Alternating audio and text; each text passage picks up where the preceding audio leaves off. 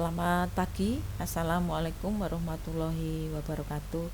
Selamat bertemu untuk mata kuliah di hari ini ya, yaitu untuk analisa laporan keuangan, di mana untuk materi yang saya sampaikan adalah tentang analisis perkreditan.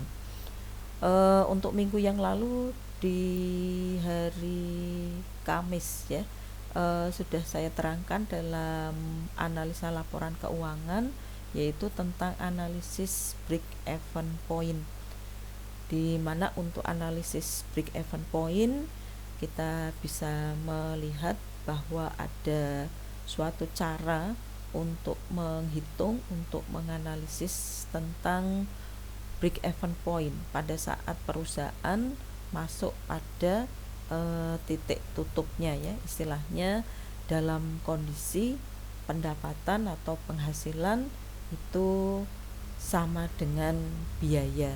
Jadi perhitungan-perhitungan yang bisa kita gunakan yaitu untuk break even point dalam unit ataupun untuk break even point dalam rupiah.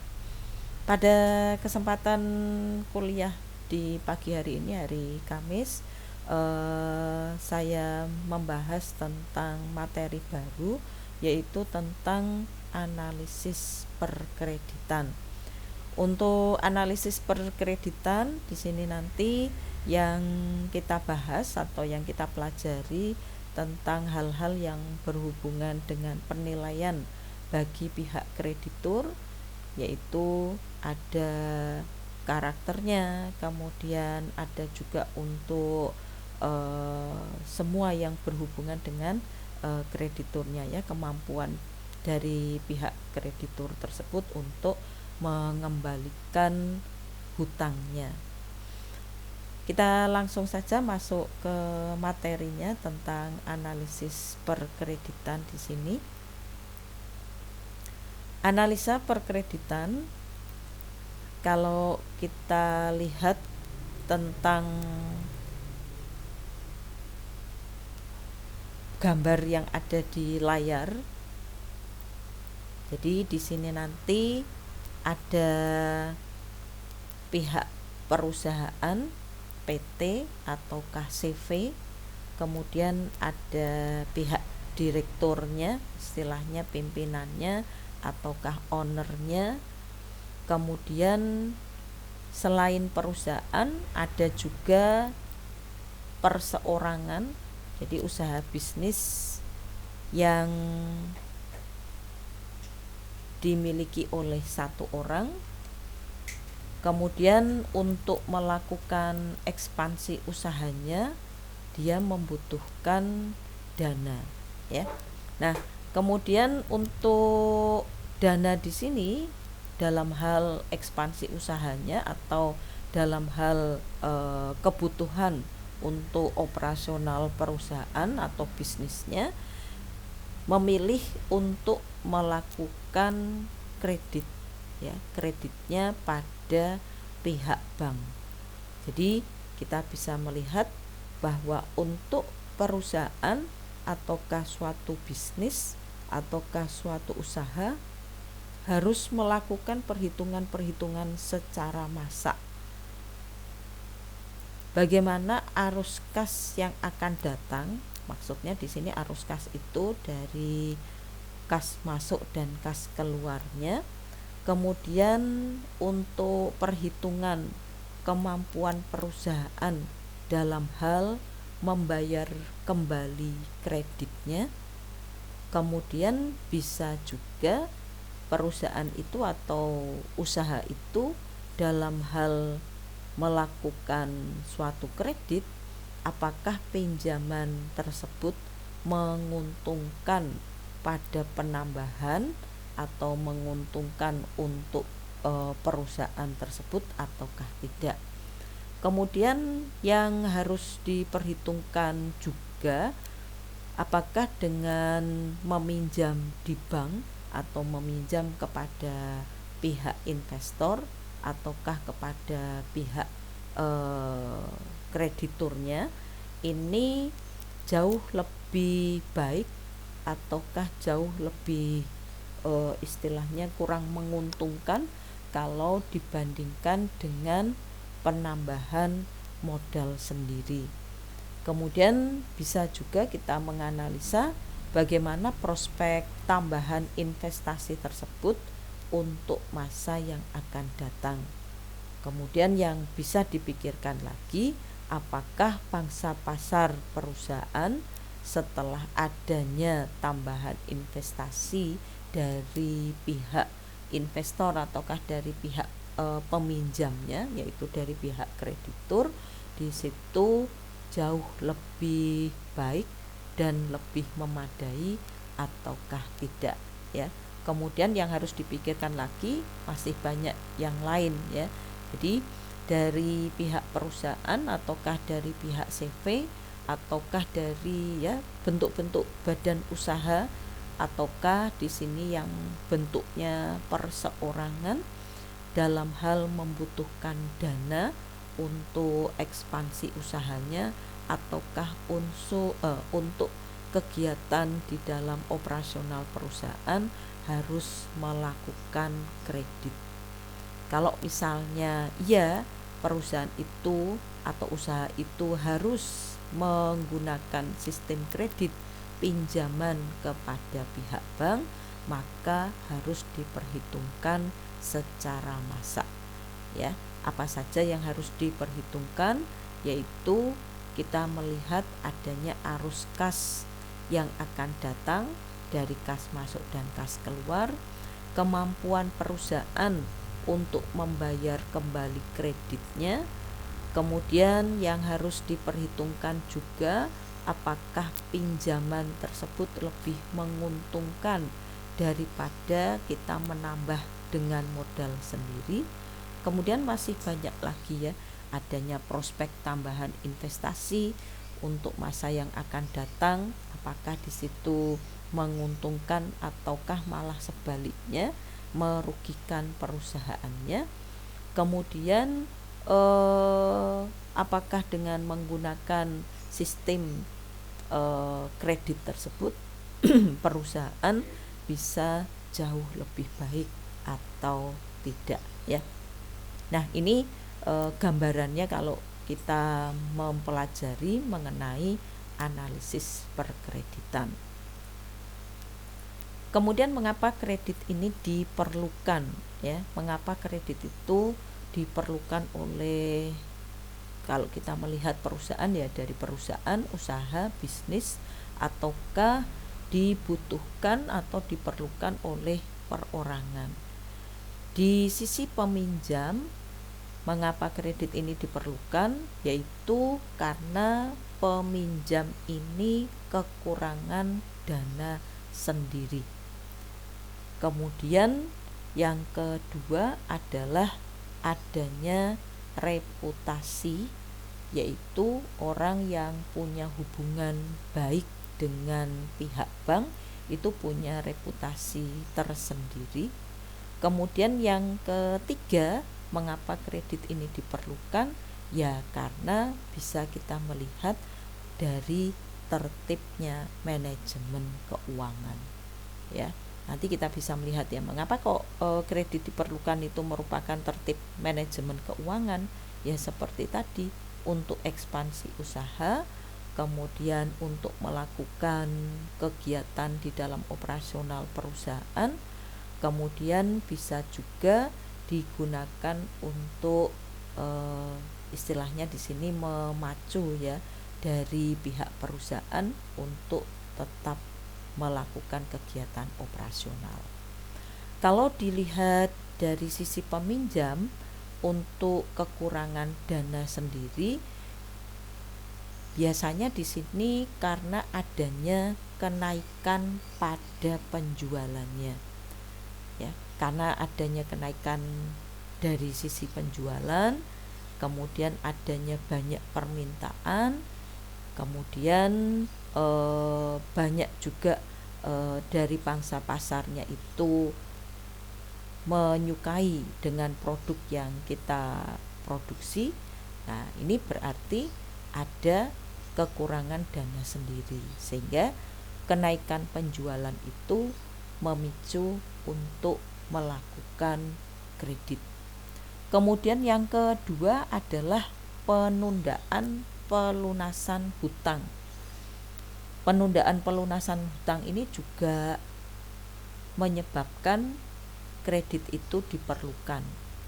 Kemudian yang ketiga, dari kekurangan dana sendiri adanya tenggang waktu pendapatan, ya karena dengan adanya sistem piutang, karena adanya sistem penjualan yang dilakukan secara kredit, sehingga pihak debitur itu untuk membayar piutangnya jangka waktu atau jatuh temponya lama, ya, sehingga di sini ada tenggang waktu kita mendapatkan untuk penghasilan.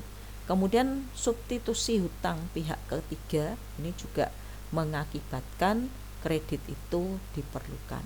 Dan yang kelima yaitu untuk semangat bisnis, ya. Ini hal-hal yang bisa menyebabkan mengapa sih kredit itu diperlukan oleh pihak perusahaan, oleh pihak bisnis. Kemudian kepada pihak perseorangan pun kredit ini juga diperlukan, ya.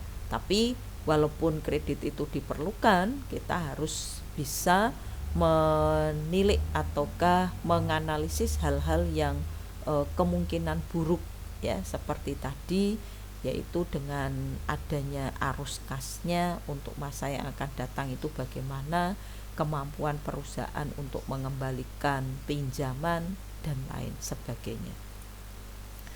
Nah, sekarang di sini kita melihat dulu untuk pengertian kredit, ya. Apa sih kredit itu?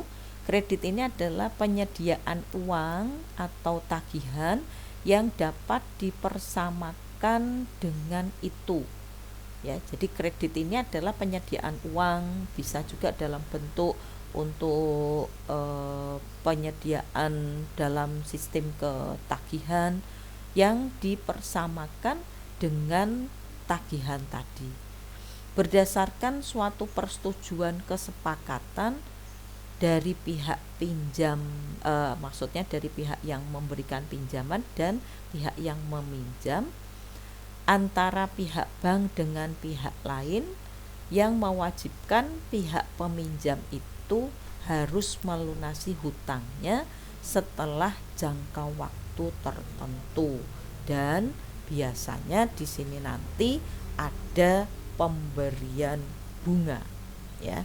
Jadi saya ulang bahwa yang dinamakan dengan kredit itu adalah penyediaan uang atau tagihan yang dapat dipersamakan dengan itu, maksudnya dengan tagihan-tagihannya, dengan penyediaan uangnya, kemudian berdasarkan persetujuan kesepakatan pinjam meminjam antara pihak bank dengan pihak lain yang mewajibkan pihak peminjamnya harus melunasi hutang dengan pemberian bunga dan jatuh tempo, istilahnya dengan jangka waktu tertentu, ya.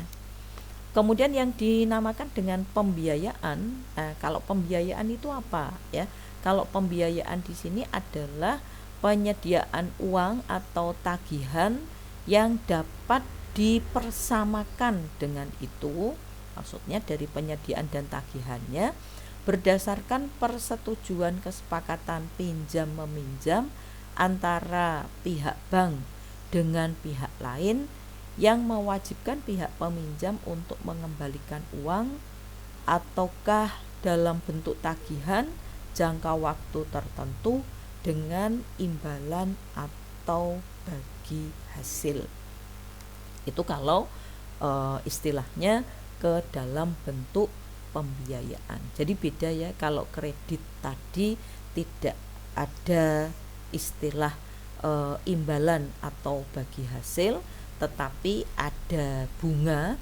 Kalau pembiayaan sama, penyediaan uang atau tagihan, kemudian persetujuan antara kedua belah pihak, kemudian ada pihak yang harus mengembalikan pinjaman, ataukah tagihan tadi dalam jangka waktu tertentu dengan imbalan atau bagi hasil.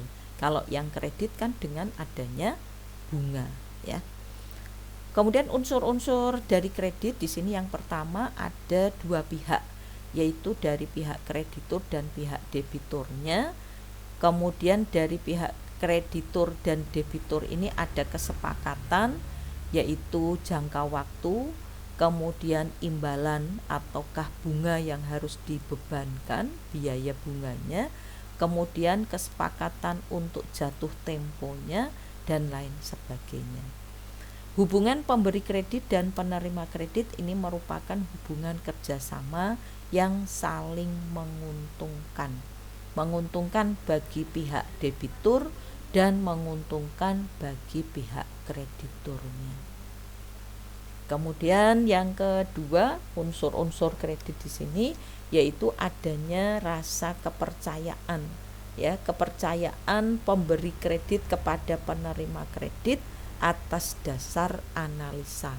Nah, apa saja yang harus dianalisa bagi pihak yang memberikan kredit kepada pihak penerima kredit? Ya, nanti kita lihat ya di materi berikutnya. Yang kedua ini adalah adanya kepercayaan. Kemudian yang ketiga yaitu adanya uang, ya, karena di sini berupa tagihan atau berupa uang pinjaman, berarti unsur yang ketiga itu adalah adanya uang atau tagihan. Bisa dalam bentuk tunai, bisa dalam bentuk bank garansi, ataukah dalam bentuk LC, kemudian bisa juga dalam bentuk kartu kredit. Kemudian yang berikutnya lagi dari unsur kredit yang keempat adalah adanya persetujuan.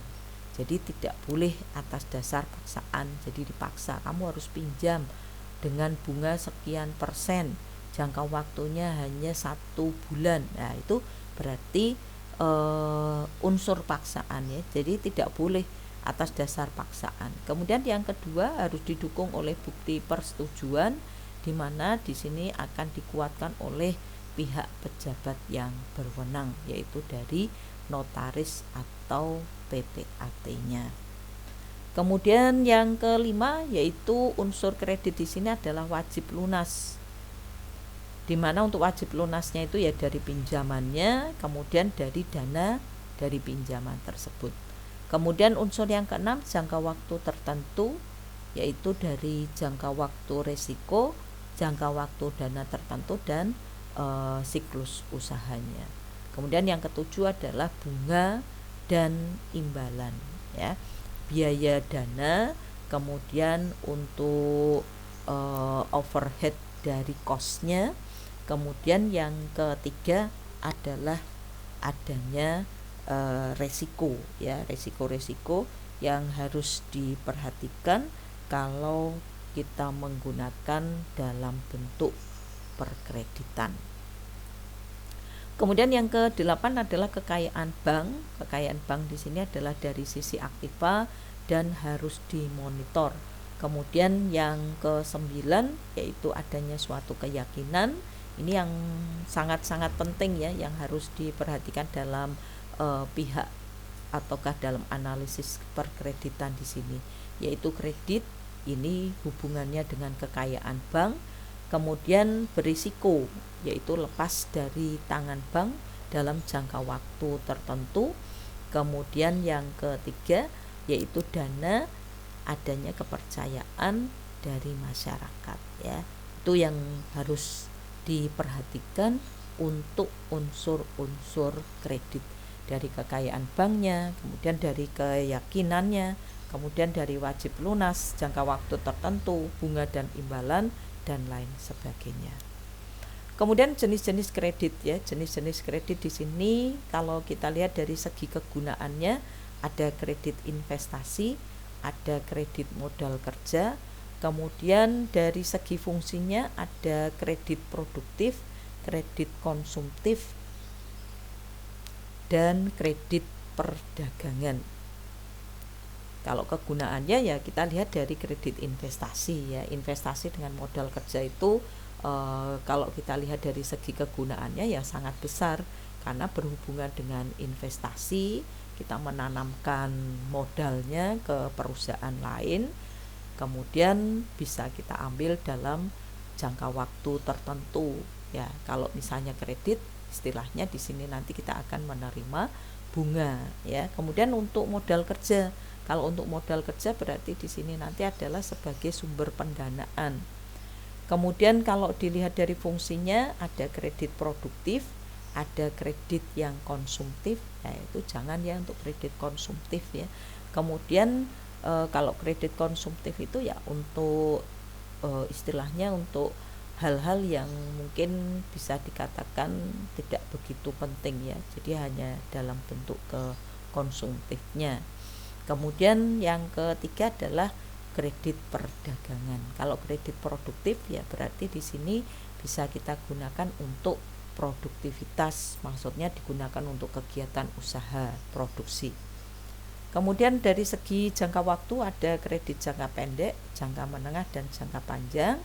Kemudian dari segi jaminan ada kredit dengan jaminan dan ada kredit tanpa jaminan. Syarat-syarat kredit dari pihak perbankan yaitu jenis kredit yang dibutuhkan, kita bisa memilih yang sudah diberikan oleh pihak bank, jenis kreditnya apa saja. Kemudian jumlah dana yang diinginkan, jangka waktu pinjaman, jangka waktu pinjamannya berapa bulan ya. Kemudian jangka waktu bisa lebih dari satu periode, cara pengembalian pinjamannya, jaminan yang dimiliki, apakah saya menggunakan sistem hutang jangka panjang, hutang hipotek ataupun yang lain. Laporan keuangan beberapa periode itu yang harus dibutuhkan, yang harus sertakan dalam syarat kreditnya. Kemudian yang berikutnya lagi adalah kelayakan usahanya ya. Jadi kalau usaha itu ternyata tidak baik, usaha itu mungkin mau kolaps ya, mau istilahnya bangkrut ya, untuk syarat perkreditan dari perbankan itu mesti banyak hal yang harus diperhatikan ya. Kemudian alasan memerlukan suatu analisis kredit. Yang pertama, agar jumlah kredit yang diberikan itu sesuai dengan kebutuhan. Jadi tidak digunakan hanya untuk istilahnya yang tidak begitu penting ya, hanya untuk kita pamer, ataukah perusahaan itu dianggap wah, kita sebagai perorangan juga hanya sebagai konsumtif saja. Nah itu biasanya ada suatu analisa juga ya, mesti akan ditanyakan untuk apa kita melakukan kredit ya. Kemudian kebutuhan kredit ini disesuaikan dengan kemampuan untuk mengangsur nasabah. Jadi jangan sampai untuk mengangsur pihak nasabahnya ini mengalami suatu kendala ya, ini nanti akan mengakibatkan kredit itu macet. Kemudian yang ketiga, kebutuhan kredit disesuaikan dengan nilai jaminannya. Saya jaminannya berupa emas 1 gram, tetapi saya pinjamnya sampai 10 juta. Nah ini berarti tidak bisa, itu harus ada alasan mengapa kita melakukan analisis kredit ya. Kebutuhan kreditnya itu akan disesuaikan dengan nilai jaminannya. Kemudian yang keempat yaitu sesuai dengan kebijakan bank dan pemerintah, yaitu tentang suku bunganya ya, itu kebijakan bank dan pemerintah juga. Cara menentukan jumlah kredit yang sebenarnya yaitu dilihat dari nilai jaminan, penghasilan nasabah, kemudian bank menentukan jumlah kredit yang diberikan, studi kelayakan, dan analisis resiko. Kemudian di analisis kredit di sini nanti kita mengenal istilahnya 5C ya. 5C itu dari karakter, capacity, kapital, kondisi, kolateral. Apa sih karakter? Apa sih capacity? Sampai analisis kredit untuk yang kelima yaitu berupa kolateral ya. Kita lihat dulu di sini bahwa untuk C yang pertama yaitu bank akan mencari data-data tentang sifat-sifat pribadi, watak, kejujuran dari pimpinan perusahaan dalam memenuhi kewajiban finansialnya. Jadi kalau misalnya saja dari kita sebagai pemilik usaha, kemudian ada analisis untuk perkreditan yang dilakukan oleh pihak bank, ya kita harus menerima ya, karena untuk analisis kredit itu sangat diperlukan, mulai dari karakternya sampai kolateral ya. Kalau untuk analisis kredit yang pertama, yang C pertama, yaitu kita harus mencari data-data dari pihak peminjamnya ya. Kalau di perusahaan ya berarti dari pimpinannya, kalau perorangan ya dari perseorangannya tersebut. Kemudian yang kedua adalah capacity. Capacity ini berarti kapasitas ya, menyangkut kemampuan pimpinan perusahaan beserta stafnya, baik kemampuan dalam hal manajemen maupun keahlian dalam bidang usahanya.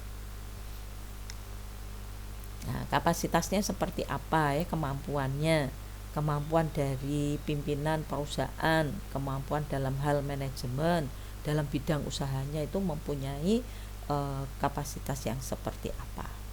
Kemudian yang ketiga adalah kapital ya. Kapital ini menunjukkan posisi finansial perusahaan secara keseluruhan yang ditunjukkan oleh rasio finansialnya dan penekanan pada komposisi untuk tangible net worth-nya ya.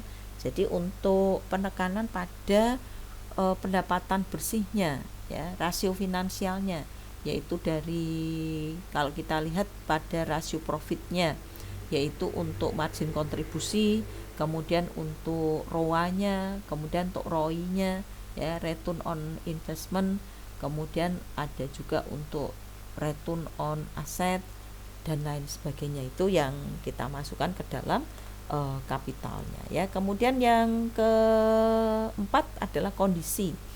Bank harus melihat kondisi ekonomi secara umum dan juga kondisi pada sektor usaha pada si peminta kredit. Melihat kondisi ekonomi. Kalau kondisi ekonominya ya seperti sekarang ini, mungkin bank itu untuk memberikan kredit kepada pihak nasabah itu harus mikir-mikir dulu ya.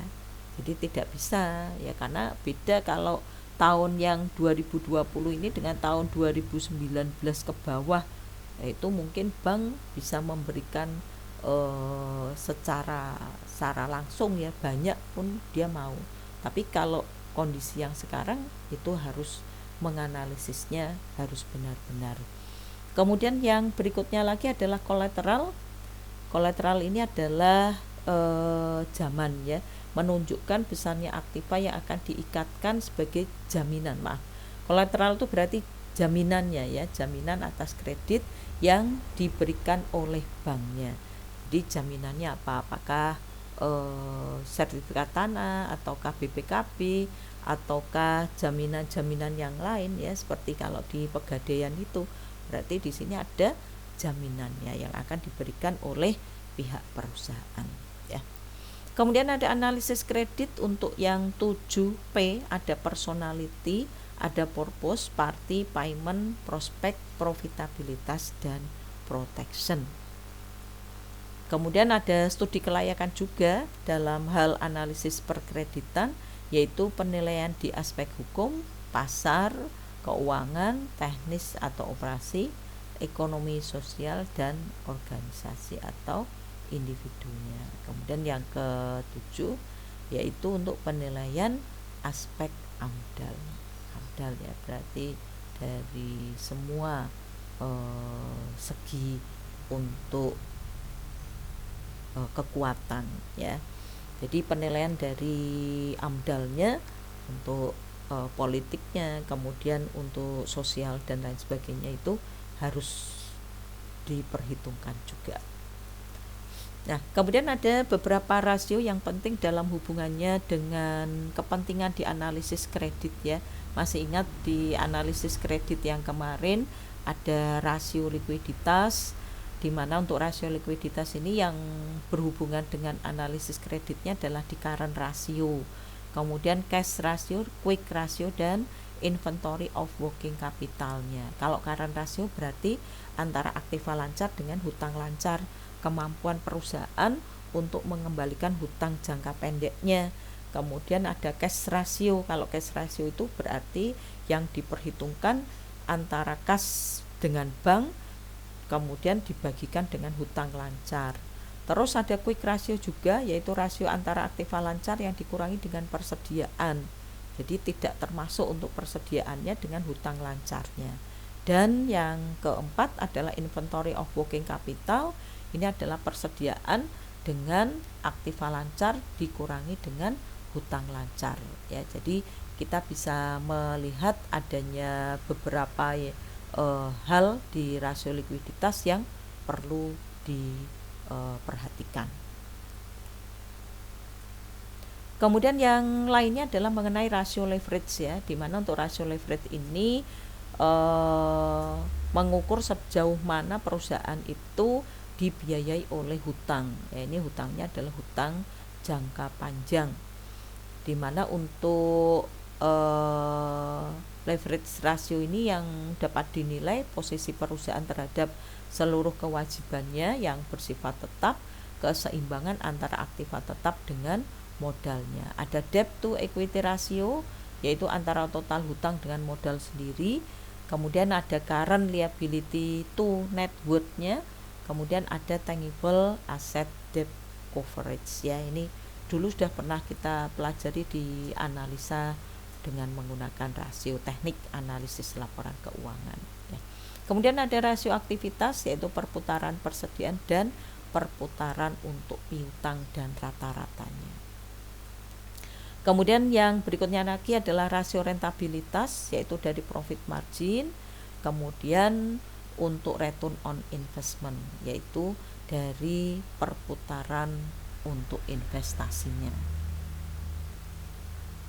Nah, kemudian di dalam analisa kebutuhan kredit ada kredit modal kerja, ada kredit modal kerja ekspor, ada modal kerja impor, ada modal kerja konstruksi, kredit investasi, penangguhan jaminan impor, dan kredit dengan cash collateral, ya. Ini yang harus dilakukan analisa kebutuhan kredit itu, yang mana saja yang harus diperhatikan, ya. Terus analisis kebutuhan kredit modal kerja, yaitu dari working capital turnover. Kemudian ada out of pocket expensesnya dan net working capital, ya, modal kerja sendiri. Nah, kemudian yang terakhir, nah ini soal, ya, dalam memperoleh dana perusahaan memiliki dua pilihan, yaitu modal sendiri atau modal pinjaman. Jelaskan. Kemudian uraikan dengan contoh penilaian kredit dengan 5 of C dan 7 of P. Jelaskan pertimbangan bank dalam menentukan jumlah kredit yang akan diberikan pada nasabah. Dan yang keempat adalah uraikan unsur balas jasa dalam kredit, baik bagi bank dan bagi nasabah, ya. Nah, ini tentang analisis perkreditannya. Jadi nanti bisa dilihat tentang perhitungan-perhitungan untuk analisis perkreditan yang harus diperhatikan, ya. Kemudian untuk tugas di ujian akhir semester nanti perhatikan, ya, yaitu Anda harus membuat kelompok.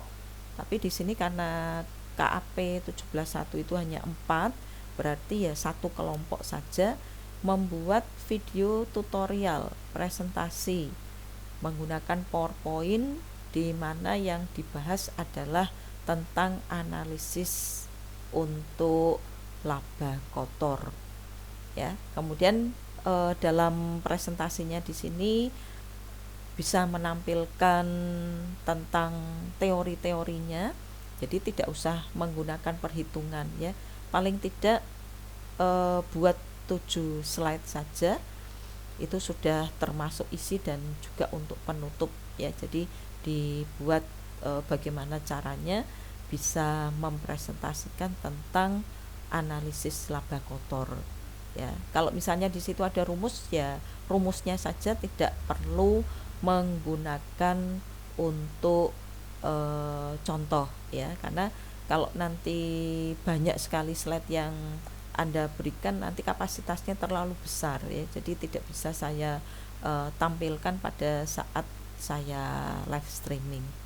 Jadi bisa dibuat satu kelompok, pembahasannya tentang analisis laba kotor, kemudian file yang dibentuk adalah MP4 ya, dalam bentuk MP4.